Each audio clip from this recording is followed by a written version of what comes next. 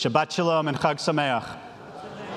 The first day of Sukkot this year happened to mark the birthday of one of the great Zionist thinkers, Ze'ev Jabotinsky, born in Odessa on October 17th in the year 1880. Born into a world where publicly many Jews assimilated into the larger Christian culture while privately remaining committed to Jewish life, Jabotinsky's life would change dramatically in the year 1903.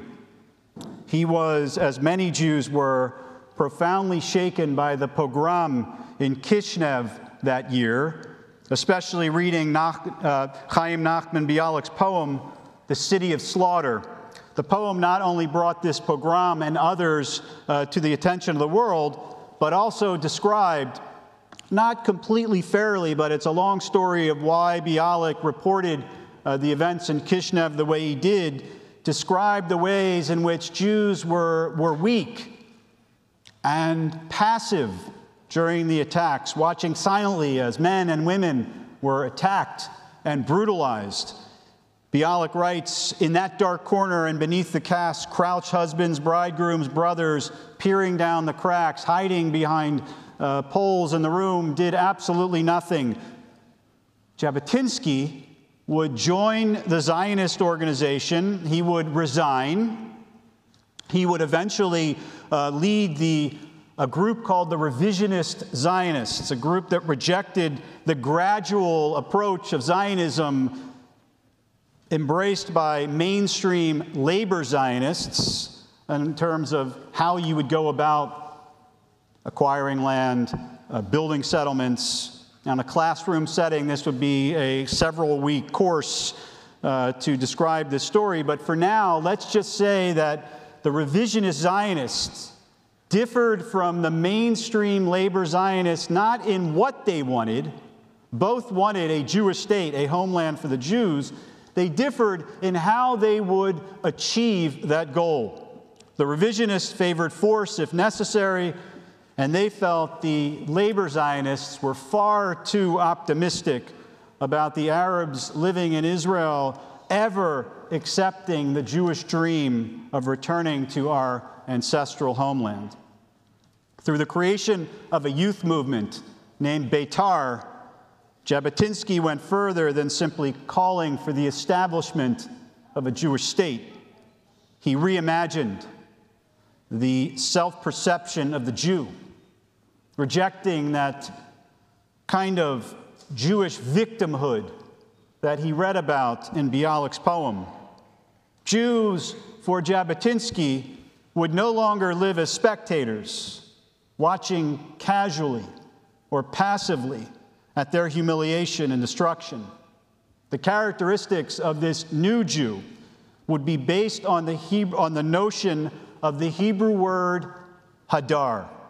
Now, it's a difficult word to translate, and in an essay on Beitar, Jabotinsky would explain the meaning of the word.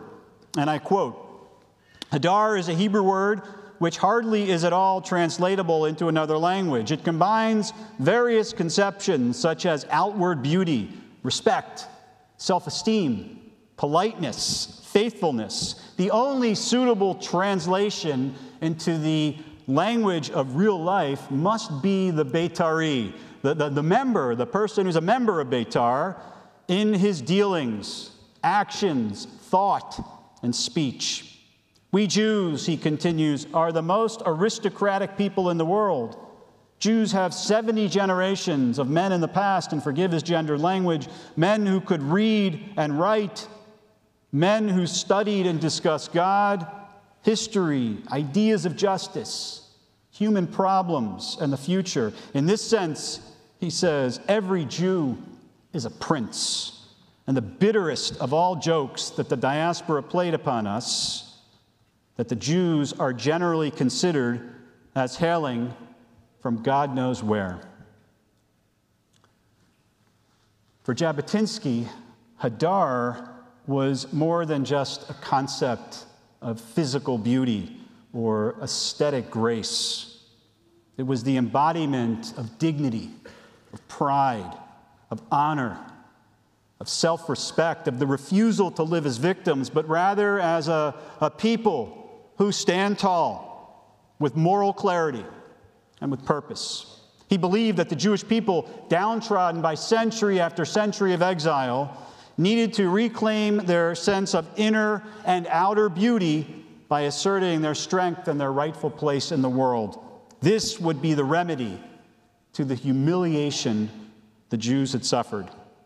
Jabotinsky appealed to the Jewish people to carry themselves proudly, to walk with their heads held high, to never shrink from asserting their dignity. This was the guiding principle of the Beitar movement, and it's captured in the Beitar anthem. Every Jew, even in poverty, is a prince. Now, if the word Hadar sounds familiar, it's because it's closely connected to the festival of Sukkot. The holiday we are in the midst of celebrating, the Torah commands us. It says, you shall take unto yourselves, prop here, you should take unto yourselves on the first day of Sukkot the fruit of a beautiful tree, pre-Eitz Hadar. Now, the rabbis debated about what that line means, what constitutes a beautiful tree, and ultimately concluded that the Etrog, this fruit, fulfills the commandment. And the question is why?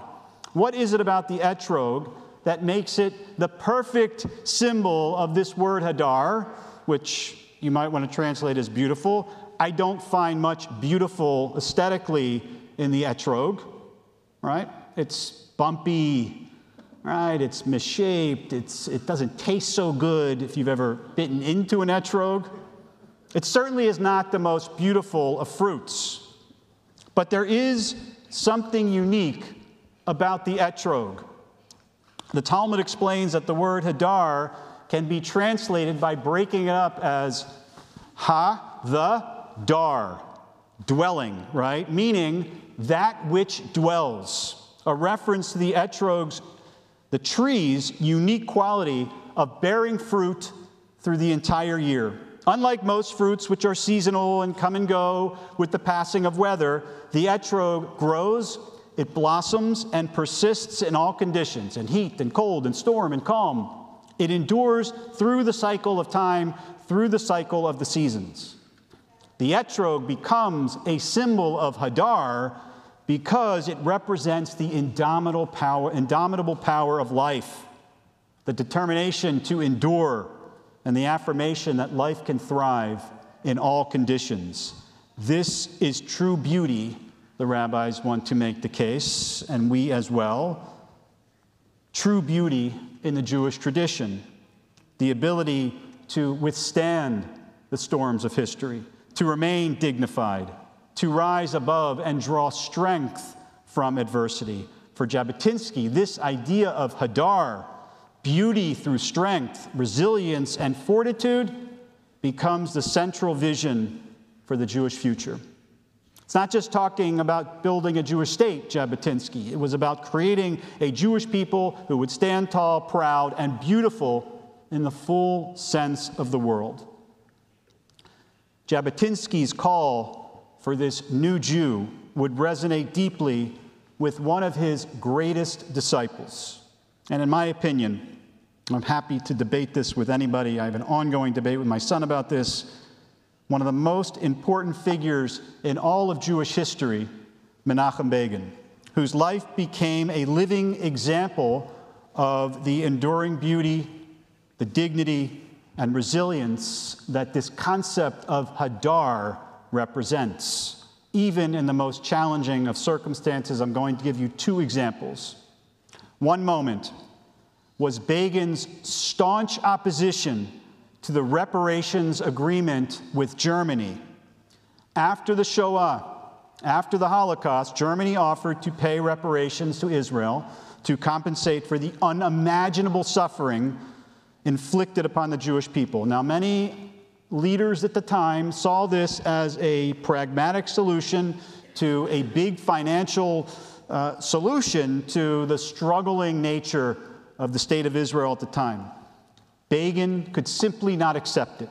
He rose before the Knesset his voice trembling with emotion. He gives a long speech. He speaks directly to Ben-Gurion. I am turning to you, he says to Ben-Gurion, in the final moment as a Jew, as a fellow Jew, as a son to an orphan nation, as a son to a bereaved nation. Stop. Don't do this, he says to Ben-Gurion. In that moment, Begin embodies Hadar. Whether he was right or wrong, right? And history has proven, I think, that Ben-Gurion was right. He stood for the dignity of the Jewish people, refusing to allow the suffering of our people to be measured solely in monetary terms. Like the Etrog, which endures through the seasons, Begin's perseverance, his conviction endured. And even though the reparations bill passed, in the words of his confidant, Harry Hurwitz, Begin felt that honor was at least partly redeemed, and that history would record that this shameful decision, as Begin called it, had been taken only in the teeth of strong opposition. For Begin, often, sometimes too often, there was honor and dignity, even in defeat. Another powerful example of Begin's embodiment of Hadar came toward the end of his life when he actually sought reconciliation with Ben-Gurion, his old political rival. Their relationship had been scarred by among other things, the Altalena affair. The Altalena was a ship carrying weapons for the Irgun. There was a whole to-do. The IDF fired on the Altalena, on the Irgun. Conversation for another time. It was over the weapons on board. Ben-Gurion didn't want the Irgun to have these weapons and feared that allowing the Irgun to get these weapons would undermine the authority of this fledgling Israel Defense Forces and the authority of the new state. Negotiations happen, they escalate, and Ben-Gurion orders the IDF to fire on the Altalena. Begin, in a moment that defines his commitment to Jewish unity, instructed his men not to fire back. He famously said, and he said it in a number of different ways, do not raise a hand against a brother, not even today. 16 Irgun were killed. 3 IDF soldiers were killed in this tragic confrontation. Begin, in this moment, which he considers to be one of his greatest moments, embodied the ideas of Hadar by choosing restraint, prioritizing unity, survival of the state over revenge. Years later, Begin would seek reconciliation with Ben-Gurion. Before the Six-Day War, he travels to Sde Boker, the desert home of Ben-Gurion, not to dwell on past disagreements, not to dwell on past disputes, but to ask Ben-Gurion to return and lead the government before the Six-Day War. This act was an embodiment of the deepest sense of Hadar, the beauty of dignity, of choosing peace and reconciliation over bitterness and embracing Jewish unity. Begin understood and modeled for us that true strength lies not in holding on to grudges, but in knowing when to let go, when to seek unity, and when to move forward for the betterment of the nation. This, too, was the Hadar that Jabotinsky taught, a beauty that endures, a pride that seeks to build, and a dignity that persists through time. As we sit in our Sukkot this holiday, under the fragile roof of branches and leaves, we are, of course, reminded of the transient of life, especially this year, especially as this Sukkot, as we arrive on the yard site, the Hebrew date of October 7th. The Sukkah may be temporary, but within it, we hold the Etrog, the symbol of life's endurance, of Hadar. And I think that it's an opportunity for us to ponder the question of what it means to live with Hadar today. It means to carry ourselves with dignity, even when the world around us feels so very fragile. It means to stand tall like the Etrog, through the heat of summer, and through the cold of winter. It means to resist the temptation to take the easy path and instead to choose the path of dignity and the path of resilience. It means to seek peace when possible, but to never compromise on what matters most. This is the beauty of Jewish life.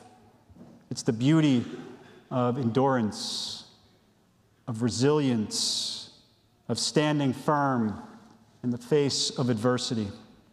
It's the beauty that Jabotinsky dreamed of, that Begin lived, and that we too today are called on to embody. May we carry this Hadar with us through this Sukkot, through the days and the weeks and the months ahead of the coming year. Shabbat Shalom, Chag Sameach. Thank you for joining the Park Avenue Synagogue family. I hope you enjoyed the sermon. Please consider supporting our online community by scanning the QR code or by going to supportpas.org or by making a donation. Shalom and see you in Shul.